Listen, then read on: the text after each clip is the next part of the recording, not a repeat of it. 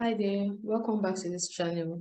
So today we'll be talking on the best practice on how to structure your files in your VS Code as a beginner.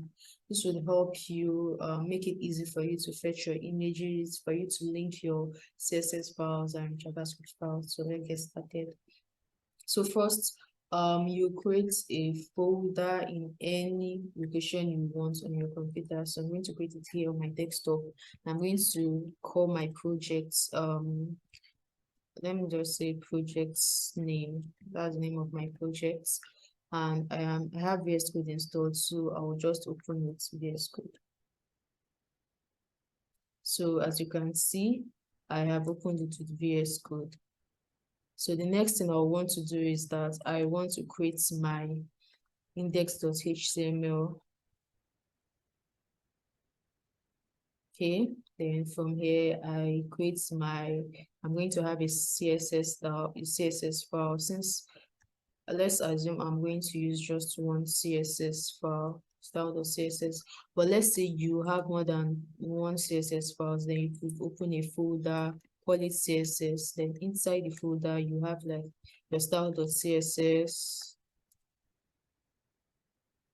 your style.css. You could have another folder called, let's say, your home.css. So really, if you do not need if you're not using more than one CSS file, so it's just okay if you have just a CSS file. So I'm going to delete this. So I have my index.html and my style.css, and I might want to have a little bit of JavaScript, and I'll have my index.js. And of course, what is a website without images? So I'll create my image folder where I would have my images inside. So for my index.html, I can start my HTML documents with the command sheet and exclamation mark on your keyboard. So I have my CSS, I have my HTML file in place now. I have the basic markup on ground. So let's say I want to link this HTML to my CSS. So it's very easy for me since I have it there. I can just come here and call you can see that your VS Code is very intelligent. So it will bring the solution of CSS files that you have already, you've already created on VS Code. So this is, since I have just one, which is my style.css. Let's say I need images, I could just go back and copy all of these images, Control C, and my folder is right here, so I can open it from here and just paste it like this.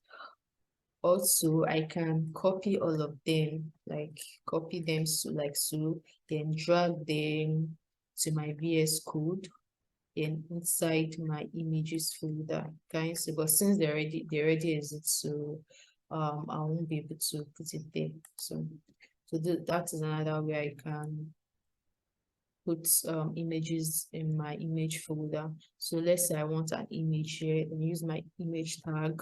Since I have it in my VS Code is able to tell that I have, once I type I am like you can see that I started with a small letter, but my VS Code was able to like to get to know that I need to start with I started with the alphabet I and brought the suggestions of things that have alphabet I. You can see that I have image and index of HTML. So I can just go ahead and pick my image.